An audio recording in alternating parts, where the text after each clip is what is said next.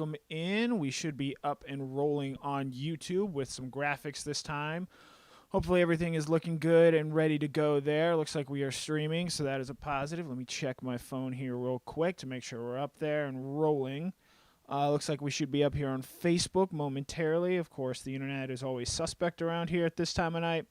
Without further ado, as you can see on the screen now on YouTube, I do have graphics up. My name is Connor Riley. I'm here with Dog Nation. We do Connor and coverage every Tuesday night, talking the latest in Georgia football, what's going on, when things are going to start happening again, because it's been a real dead period as of late in terms of news and whatnot, unless you want to consider the Demetrius Robertson parking boot story anything bigger than it actually is or needs to be. So looks like we are up and rolling on Facebook there, so that's good to see. Hope everyone is having a great Tuesday night. The weather here in Atlanta has been objectively awful. It's been cloudy and overcast. It sleeted and was snowing up by our offices today, Dog Nation. The weather over the past week, it was not great. It rained most of yesterday, and it's still going to be cold for the rest of this week, but hopefully things start to turn around. I know, depending on where you are in the country, the weather is just not great right now, especially over in Texas. Dimitri Bland, good to see you. Let's just double check that we are up and rolling on Facebook before really diving into what we're going to talk tonight. We're going to talk about some freshmen. I know ESPN made some headlines today with intriguing newcomers, and they picked a really interesting player there for Georgia. We're going to talk a little JT Daniels. I've got some cool graphics made for that. We can talk about what Paul Feinbaum said. I know BA talked about that on his show today. And as always, we can take your questions. So hope everyone is having a wonderful time. It does look like we are up on YouTube and on Facebook. So Zach Smith, welcome in. Bobby Jones, Mark Craig, good to see you. All right, let's hope my computer doesn't crash. Without further ado, let us go into which 2021 player, really 2021 freshman, is the most likely to be an instant impact player. Earlier today, ESPN came out with they do their weekly top 25 rankings and do usually a blurb about each player. For Georgia this week, that player, it was the most intriguing newcomer. It could have been a coach, as it was for Alabama with Bill O'Brien. In other instances, it was a player. For Georgia, in this case, they picked freshman linebacker Shmuel Munden. And I think to the plugged-in Dog Nation reader, to the plugged-in Georgia fan, this may have seemed like an interesting selection, just given Munden might not even be the top linebacker you could pick from this 2021 signing class that might most likely make an early impact for Georgia. I know a couple other names that come to mind, and we can pull those up right now on our screen. You look at our 2021 candidates if you're watching on YouTube. So Jeff Sintel, welcome in. Good to see you. Yes, I am wearing some flannel. It's a little cold, so I think it necessitates it here. You look at our 2021 candidates for most likely to play early or make an early impact. I think you have to start with Nyland Green up top. He is a 4-star cornerback out of Covington, Georgia. And the reason we start there with him, obviously top 100 player, has the physical size you look for, 6'2", 180 pounds. But there's no starting experience in front of him at cornerback. He's already on campus going through winter workouts. He'll be going through spring practice. And if there's a clear path to playing time, Green has the easiest road to get there. Yes, he's going to have to beat out a guy like Keely Ringo, Jalen Kimber, some veterans, Darren Branch, Amir Speed. And then you wonder if Georgia does choose to bring in, say, a cornerback through the transfer portal. I sort of wrote about that this morning. He'll have to win there. But I think from a freshman impact standpoint, Green has the easiest path. From there, I think the next name we should take a look at is tight end Brock Bowers. I know Jeff did a story last week with a film breakdown with Terrence Edwards with him, and Bowers is just something that Georgia does not have on offense right now. He's a better athlete, I think, than Darnell Washington is. He has the ability to play inside, inline, and sort of in the slot there, and I think can be used in a variety of different ways. I'm excited to see how his athleticism sort of looks and how Georgia uses him going forward, because recruiting tight ends is obviously a big deal for Georgia. Oscar Delpa named to know in the 2022 recruiting class. So I'll be interested to see what Brock Bowers does there. It should be noted, though, Brock is the only member that will be joining the team this spring that did not play high school football this fall. California did not have fall football. It did not look like they were going to have it this spring, so he made the decision to go ahead and enroll, and he is already at Georgia getting better and going through winter workouts. Next, we'll knock out these next four real quickly here. Offensive tackle Amarius Mims. Again, last year we sort of talked about Broderick Jones as a name. Tate Ratledge came up a lot as well. But the reality is it's really difficult for a freshman offensive lineman to play at the SEC level at one of the tackle spots. Broderick Jones didn't end up doing it. I don't think Mims will be the guy that does it, but the difference here between Mims and even Jones from a year ago, yes, they were both 5-star players. Mims has the physical size that Broderick just didn't. Mims is already 6'7", 320 pounds, whereas Broderick, when he got to Georgia, he had to put on more weight as a way to play, as a way to get onto the field. And so, well, again, I don't think Mims is going to have to beat out quite a few candidates to play at either one of those tackle spots. I think just his size alone and his pedigree. Jeff, again, had a great story this weekend that you should go read on Dog Nation about Mims and really what he brings to the table. And then we'll touch on a couple of the linebackers here because I do think one of them finds a way to get on the field some way for Georgia this year, certainly in special teams and maybe even over the course of the season. But I'm really not sure which one. And Joe Wells, yes, Mims did have some offseason surgery after, I believe, a motorbike, or not a motorbike, but a moped accident. So that obviously hindered him from playing early on as well. I think the three names I'll mention off the top here, and I know someone will say, well, what about Chaz Chambliss? You can throw him in here as well. The three linebackers, Shmuel Munden, Xavier Sori, and Jamon Dumas-Johnson. Now, those first two names, 5-star prospects. Everyone knows who they are. Big fanfare commitments, big wins for Georgia on the recruiting trail.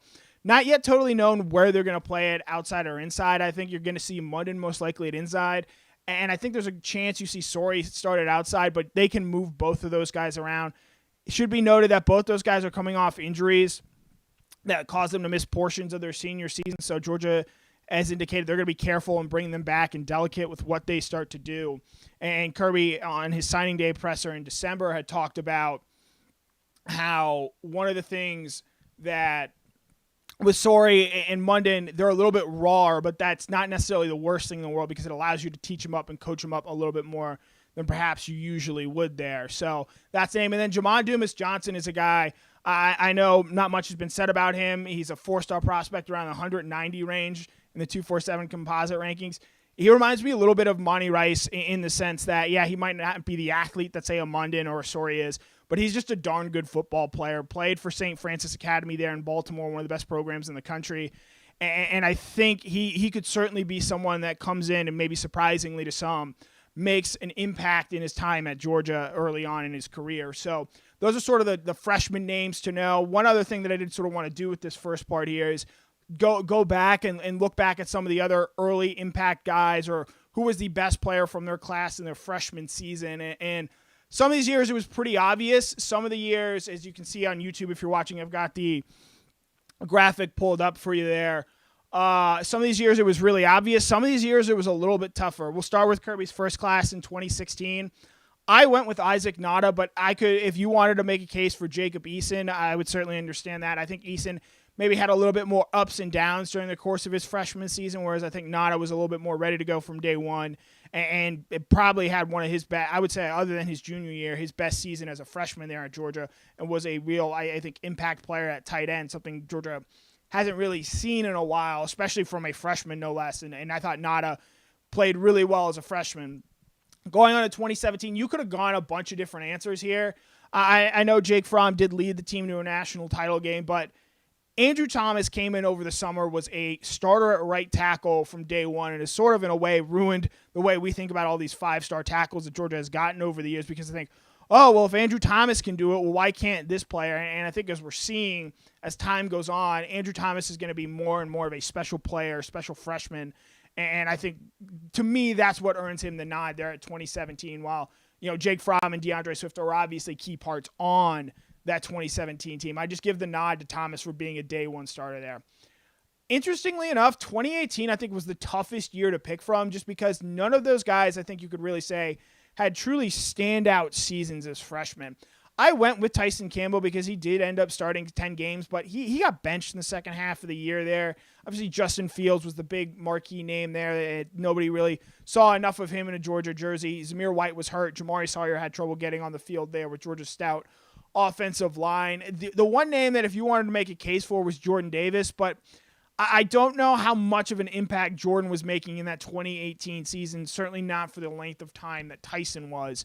So, again, that 2018 signing class came in number one in the country, had a ton of talent. Adam Anderson, Brenton Cox, Cade Mays, Trey Hill, guys who all played that season. But in terms of a real big impact, I think Campbell made the biggest one. But other than that, that's probably of the freshman classes that I think Georgia's brought in so far, has made the least immediate impact on this Georgia program. Whereas conversely, I think you look at 2019, George Pickens is the obvious slam dunk here. Led Georgia in receiving, had a monster way to end the season in the Sugar Bowl win over Baylor. But you saw solid production out of guys like Don Blaylock, who made big plays in games against Florida and Auburn. Trayvon Walker, who was a really good player for Georgia in that first season, and a guy that challenged the Georgia coaching staff to find a way to get him on the field quicker. Nakobe Dean, who didn't quite make the graphic here, but similarly, someone who played really well as a freshman and earned a bigger role as the season went on. So that 2019 signing class, I think, was a really strong one for Georgia, especially what they gave right away. And this past year, I think you do give it to Jermaine Burton, 400 yards receiving, 20-plus catches, a couple of touchdowns. Had a huge game against Mississippi State when JT Daniels came back, or I should say came in as the starting quarterback. And then you look around, Marcus Rosemy-Jacksaint could have made the list. Arian Smith had a few plays, but if both those guys I think are healthy, they have a better shot at unseating Burton as the top freshman in this class. Jalen Carter is a guy that really impressed me this past year. I know he might not have had the greatest sacks, or stats, I should say, a little slip there. But I think he is someone that really impressed me over the course of the season and made plays on both offense and defense. He did have a touchdown, I believe, in the Tennessee game. So someone who I am excited to see him get better and develop as a player here at Georgia. And again, obviously some of the best players to come at Georgia didn't play as a freshman. Mecole Hardman comes to mind. Isaiah Wilson comes to mind. So just because you're not starring right away doesn't mean that your career is over and done with. So I think you look back at some of these names and consider some of the seasons they have. It's a nice way to sort of reassess, reevaluate how we view that. I know some people were out there will want to see Kendall Milton's name on there, and if he had played a full season, if he hadn't gotten hurt in the Florida game, he probably makes it on there as well. Gary Moy chimes in. Kyrus gets no respect. Yeah, Kyrus Jackson, I believe, by a yard, was Georgia's leading receiver this year. He impressed a lot of people, and he's an absolute leader of this program. And while, yes, he's not the flashiest recruit because he's not a top 100 player, he was a top 150 player and a guy that really impressed as the season went on. And he's going to be I don't know how many yards he finishes with next season, but I have a pretty good feeling he's going to be a top 3 receiver for Georgia in terms of catches and yards. Does he finish above Burton again? I don't know. What does Dominic Blaylock, what do Marcus Rosemy-Jacksaint look like coming off their injuries? I think that'll be a really interesting offseason storyline to watch there. But I think Kyrus Jackson is absolutely a valued member of this team and someone who's going to, I think, dictate and predicate a fairly significant role going forward. You saw that in that game. Clarence Davis, what's up? Oh, come on, guys. There's no need to trash Tyson Campbell. He was a fine player at Georgia. He's going to be, and when he's a first-round draft pick or a second-round draft pick, everyone's going to be touting him as, hey, this is Georgia developing again. So there's no need for that. So moving on. Pablo Hendricks, 10 inches of snow. I got some family up there in Indianapolis. Does not sound like a fun time. Moving on to our second topic tonight. JT Daniels, what does he have to do to make first-team All-SEC next year? Now, obviously, that's a lofty goal. I don't believe Georgia has had a first-team All-SEC quarterback since maybe Aaron Murray in 2012. I'd have to go double-check that. I probably should have before I started this segment, but I will be writing about that tomorrow. And one of the, obviously, you look back at the past couple of first-team All-SEC quarterbacks, which we can pull up on this handy-dandy full screen here. Matt Jones was the QB1 last year in the SEC, according to all SEC teams. Joe Burrow the year before, Tua Tagovailoa, all 3 of those quarterbacks led their teams to a national championship game. I would also note all 3 of those guys finished as Heisman Trophy finalists. So to get your name on this list, to be the best quarterback in the best conference in college football, you're going to have to put up some pretty incredible stats here. And as you can see on YouTube, where I do have the graphics up, obviously, Mac Jones' numbers are a little bit down, but that's only because he played two fewer games. I think his numbers are better than Tua's if he gets a chance to play a full 15-game season and still 41 touchdowns, 4,500 yards. That's still a heck of a year. And you look at some of the averages, and Burrow's kind of skews it a little bit because they did throw the ball a lot more than Alabama had traditionally run it. the average first-team All-SEC quarterback over the last 3 years has thrown for 48 touchdowns, 4,700 yards, 11 yards per attempt, 74% completion percentage, and a little bit more than 5 interceptions. Now, I'm sure, and I know there are people on here that are even saying, hey, if Joe Wells brings up play a full season and he's in, well, if we want to do that, and we'll use, let me find the full screen here.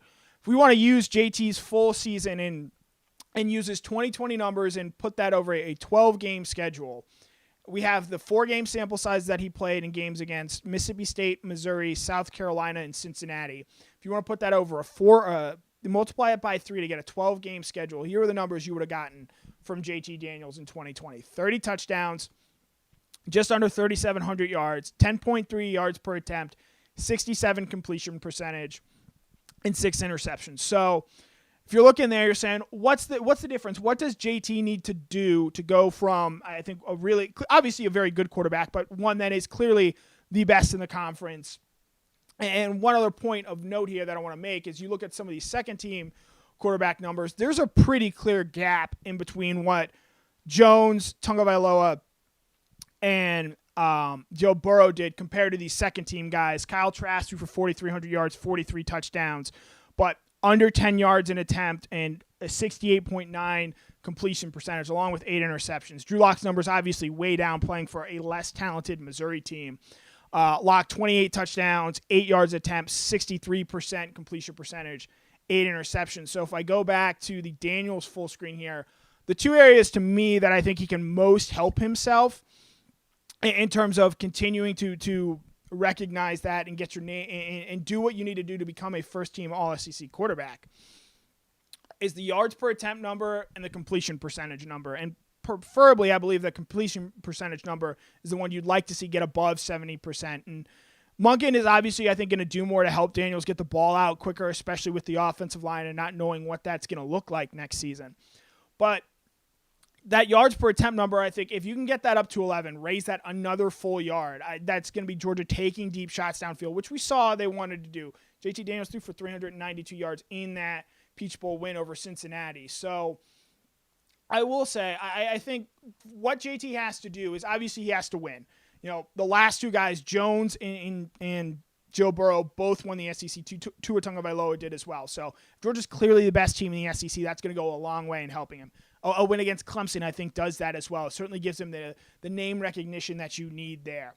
As far as competition, I think the biggest name to know in terms of competing against him is going to be Matt Corral at Ole Miss. Corral is coming back for another season there at Ole Miss, playing with Lane Kiffin, playing with Jeff Lebby, a really good offensive coordinator. I think they're going to put up a ton of yards and a ton of stats next season. And if they're able to pull a few upsets, beat, say, Texas A&M, beat I don't want to say Alabama, but beat LSU, beat Auburn, win a couple of those games, he's certainly going to be a candidate that JT, I think, is going to have to compete with. But I think if JT can get over 70% completion percentage, he can get over 11 yards per attempt, I think a full season of games, 12 games against, and again, 3 of those games were against SEC foes, and then the best team he played, Cincinnati, was, in my opinion, a top 10 team last season. So he's going to get an easier go of it. I think outside of that Clemson game, I don't think Georgia will see a team on its schedule in the regular season anyway as good as what they saw against Cincinnati. So with that and with Daniels next season, I'll be really interested to see the steps that he makes. Obviously, he brings back George Pickens, Kyrus Jackson, Jermaine Burton. We could go through all the receivers. I know there were some people saying, with the running backs that they bring back as well as Amir White, Kendall Milton, Dejon Edwards, Kenny McIntosh, James Cook. There's a ton of talent there, and he's going to have to find a way to divvy it up, and those guys are going to be able to win a lot of one-on-one mismatches out there. Clarence Dawson brings up a really interesting point here, and I think one area that JT can get a little bit better in, and that's the deep field or downfield accuracy. And I'm sure Mike Griffith is somewhere shouting, well, Connor, he was throwing back shoulder throws. That's not always the case with JT, and if you want to actually look at those 2 big throws in the Peach Bowl that he did complete, so they do count on his record as a completion percentage, but I believe the 55-yard or the 51-yarder to Arian Smith and the 55-yarder to George Pickens, both long completions, and you love to see that, and you want to see more of that next season. I believe in that game alone, those 2 completions equaled the 50-yard completion number that Georgia had over the full season. But if you go back and watch those throws, Pickens had to make a diving catch to pull his pass in, and Arian Smith had to pull up a little bit to bring his in. If those are better thrown balls, if those are more accurately thrown balls downfield, those don't go for 55 and 51 yards. Those go for touchdowns. Those go for 70-yard plays. And so if you're able to turn those, can you turn, because of your arm, because of your accuracy, are you able to turn a 10-yard pass into a 20-yard pass? Are you able to turn a 50-yard pass into a 75-yard pass? I think if Daniels is able to do that and connect more on the downfield long shots, and again, that's going to be predicated on his offensive line holding up, which I've talked at length about before. If he's able to do that, I think that's the single biggest attribute to me that he can take to make that jump from being one of the most interesting and tantalizing prospects to being a no doubt about it, one of the best quarterbacks in the country. And if you're the best quarterback in the SEC, odds are you're going to be in New York at a Heisman Trophy ceremony, where Georgia, I don't believe, has had someone there since Garrison Hurst back in 1992. So if Daniels makes that leap, it's going to mean a lot of things. It's going to mean he's clearly going to be a first-round pick, I think, in my opinion. It means Georgia's probably going to be playing in a college football playoff or have come up painfully close once again, unfortunately. And it means that Daniels is one of the best players in the country. So if you're a Georgia fan, obviously the accolades, quote-unquote, don't matter. But I think if Daniels is able to make his case as the best quarterback in the SEC next season, I think it's going to go a long way in shaping where Georgia ultimately ends up. Because, look, I don't want to say no one. If people had thought that Matt Jones was going to do what Matt Jones did, Alabama would have been the number one team in the country to start the season. And he had an incredible year. And I wouldn't say he's better than Justin Fields or Trevor Lawrence, but he had a great season there for Alabama. Joe Burrow, doing what Joe Burrow did, kind of came out of nowhere. And if you look at even the guy on the second team last year, Kyle Trask, what he and Burrow both have in common before exploding in their final years in college, they had a season before they were able to get some playing time. Obviously, Trask got close to a full season, and Burrow got a full season compared to Daniels, just 4 games. But that season before, to learn to ramp up, they had staff continuity with Florida bringing just about everyone on its staff back and LSU bringing back its staff while adding a Joe Brady. Georgia brought back Todd Monken. They bring back a ton of their skill players. I think the continuity within this staff, within this team, is a huge benefit for JT Daniels in particular, working with Todd Monken, working with Buster Faulkner for another year. I think that's all going to go a long way into factoring into how high JT Daniels' ceiling is at college quarterback. And the higher that ceiling is for Daniels, the higher the ceiling is for Georgia as a team in 2021.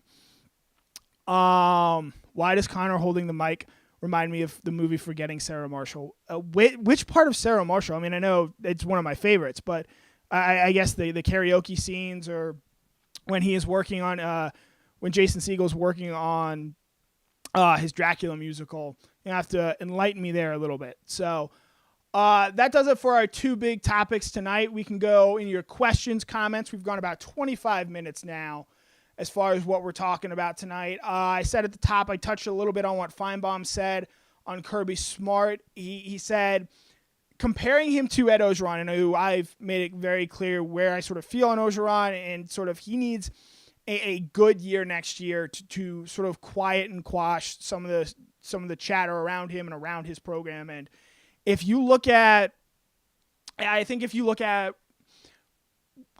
schedule, first of all, I think it's going to be hard for them to not win 8 or 9 games, but some people would have said that based on this season. So I think that is something to sort of figure out. But Feinbaum was comparing them, and he said obviously he thinks Orgeron needs to have the bigger year, but I want to say he took a swipe, but he mentioned Kirby Smart and his in-game coaching, and that's one of the criticisms that comes between him and has come up with Kirby so far, because he's an excellent recruiter. He's done a great job building the Georgia program, both from an on-field perspective and even from a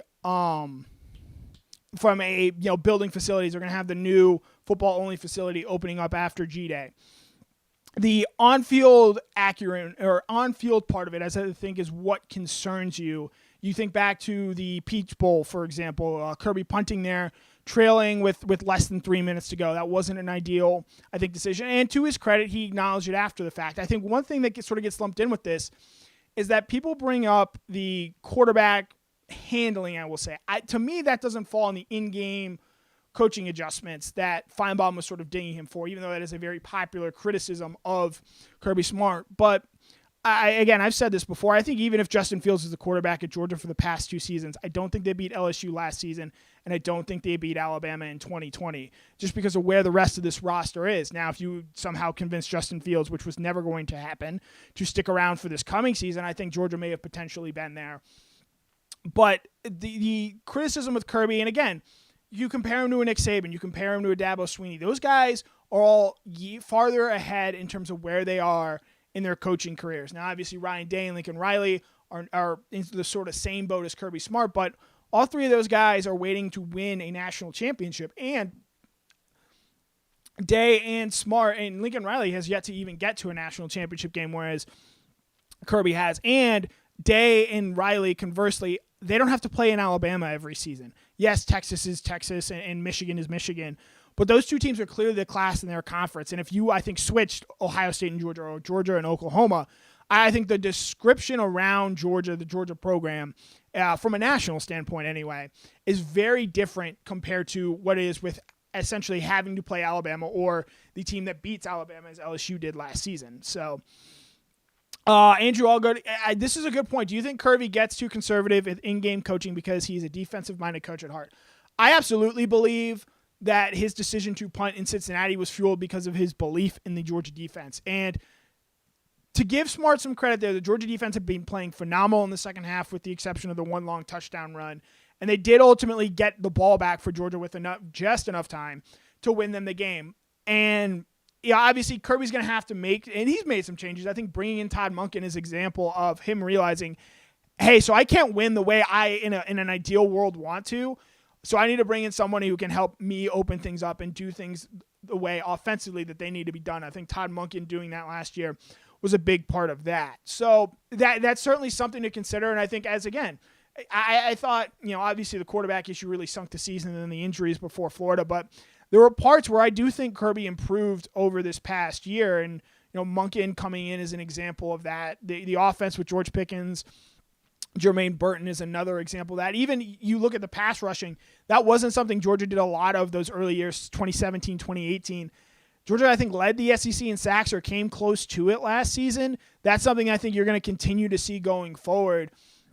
And I think that's a sign of Kirby adapting and changing his philosophies and doing things a little bit better than he previously had. So, any other questions? And Chad Williams, if we beat Clemson, then you can afford a loss during the year and still get in the playoffs. It buys you a mulligan. Yeah, I think that's a really good point in that Clemson game and sort of discussing it and what it might mean. Obviously, you want to win that game, and I think if Georgia does, I think they're going to be the number one team in the country to start, or I guess week 2, a little bit of slack there to where game you're still going to be in. Now, to Chad's larger point, let's say you lose that game, or you beat Clemson, you have that feather in your cap, and then for some reason you lose to Alabama again, which is obviously a realistic possibility, I think.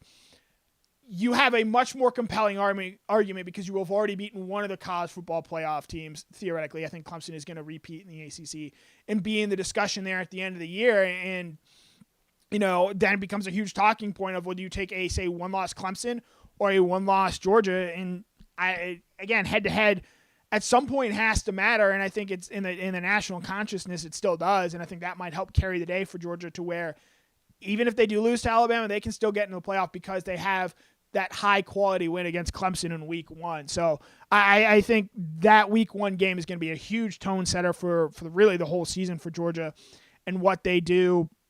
So, and that's obviously, I think, worth watching. Let me see if I can pull up. There we go. Taiwan Taylor, good to see you. Jerry Dogs fan asked a few minutes ago, if JT Daniels goes down, will another QB be able to jump over Stetson Vandergriff over Beck, excuse me. Yeah, I think one of the more interesting things to watch is this backup quarterback situation and how Georgia handles it, because Stetson Bennett's a nice luxury to have as your backup quarterback. He's a guy who's won games against Auburn, Tennessee, Kentucky, Arkansas, and to come in a pinch, he did it against Cincinnati when JT's helmet came loose. It's not the worst thing in the world to have happen. And obviously, I think if you lose Daniels for a full season or he suffers a serious injury, obviously that forces you to recalculate how you view this Georgia team and what they're able to do in terms of long-term goals. But in a single-game scenario, I have faith in Stetson Bennett coming off the bench, maybe as long as it's not in Alabama or Clemson, so to speak, but against one of those lesser SEC teams that Georgia's going to play this year.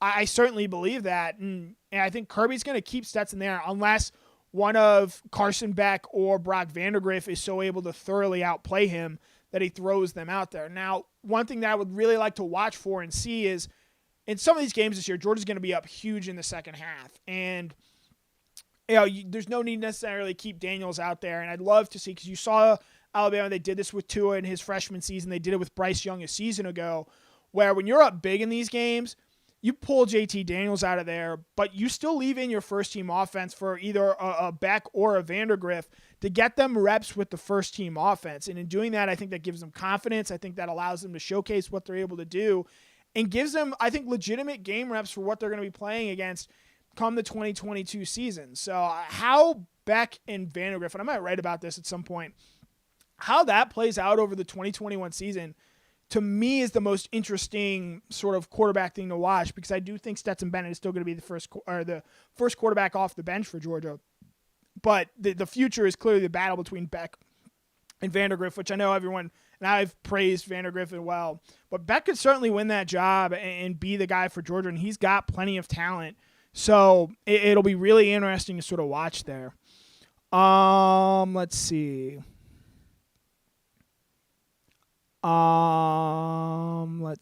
Questions, comments. Let's see. If we can get a few more good questions, we'll go out of here on that.